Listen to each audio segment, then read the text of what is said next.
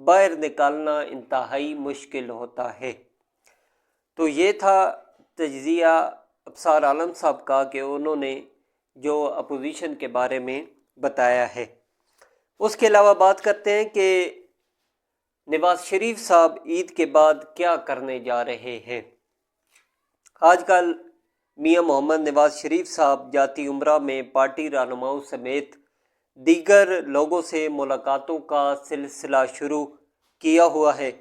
کچھ روز قبل supreme court bar ایسوسی ایشن کے صدر میاں رؤف عطا صاحب اور بلوچستان ہائی کورٹ بار ایسوسی ایشن کے صدر میاں میر عطا اللہ لانگو صاحب نے ملاقات کی۔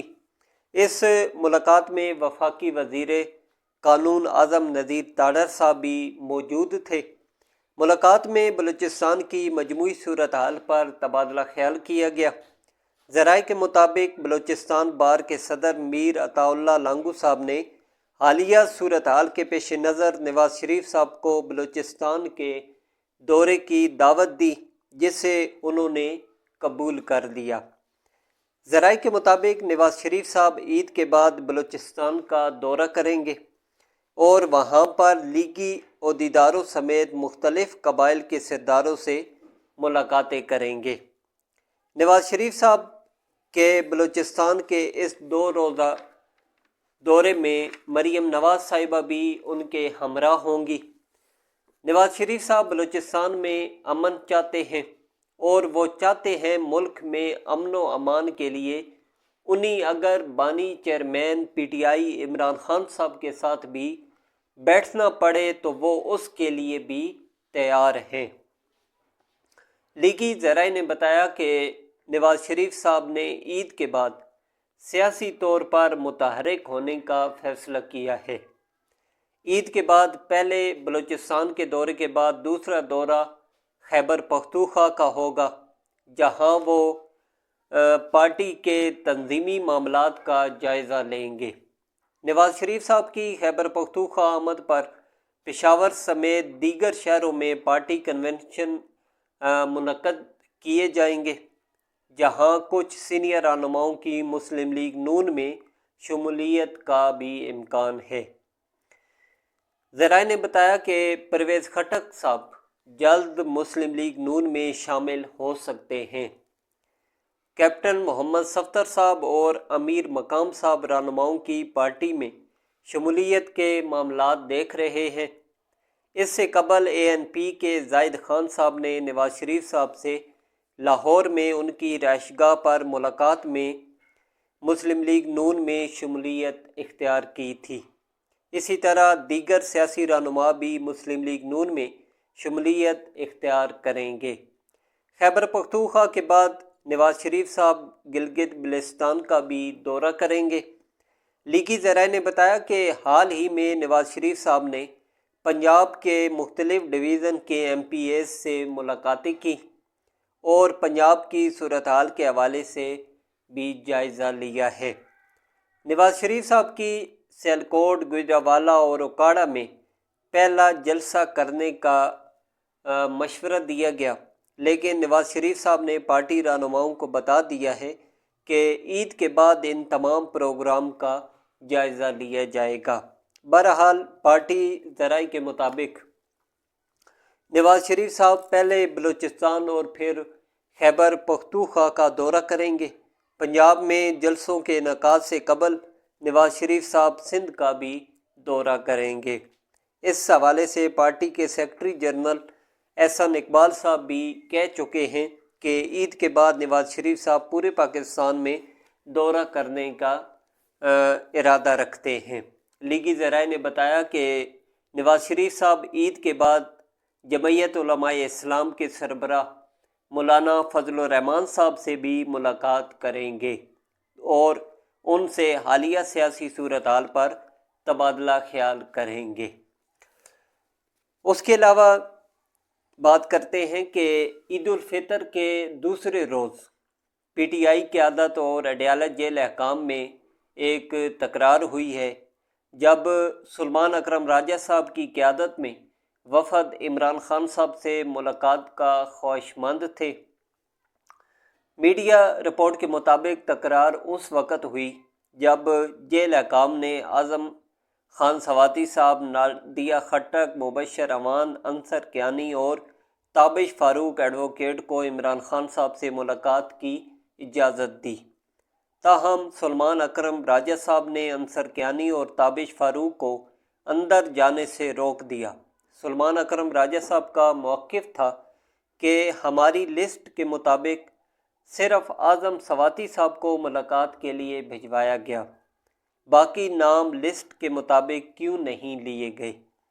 سلمان اکرم راجہ صاحب نے کہا کہ نمبر پورے نہ کریں، اگر ہمیں اندر نہیں بھجواتے تو کوئی بھی اندر نہیں جائے گا۔ عدالتی حکم واضح ہے کہ ان سمیت بیرسٹر گور صاحب اور انتظار پنجوتا صاحب جو نام دیں گے انہی کی ملاقات ہوگی۔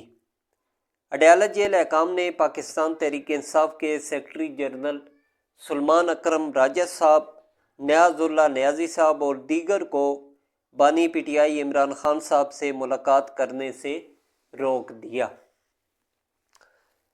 اس کے علاوہ بات کرتے ہیں کہ پنجاب پولیس کی خاتون افسر کا عالمی اعزاز، جو انہوں نے پاکستان کا نام عالمی سطح پر روشن کیا ہے۔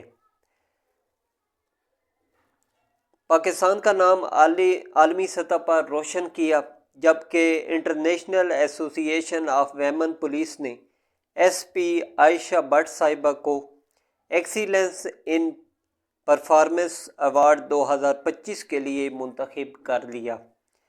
رپورٹ کے مطابق ترجمان پنجاب پولیس کی جانب سے جاری بیان کے مطابق گلاسگو، اسکاٹ لینڈ میں اس سال ستمبر میں منعقد ہونے والی 62ویں سالانہ کانفرنس میں ایس پی عائشہ بٹ صاحبہ کو عالمی ایوارڈ سے نوازا جائے گا۔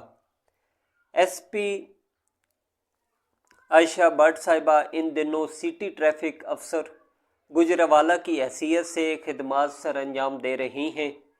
ترجمان پنجاب پولیس نے کہا کہ یہ ایوارڈ ہر سال دنیا بھر سے ایک خاتون پولیس افسر کو اپنے معاشرے کے لیے غیر معمولی خدمات کے اعتراف میں دیا جاتا ہے۔ عائشہ بٹ صاحبہ کو پولیسنگ کے شعبے میں شاندار کارکردگی اور خدمات کے اعتراف میں ایوارڈ کے لیے منتخب کیا گیا ہے۔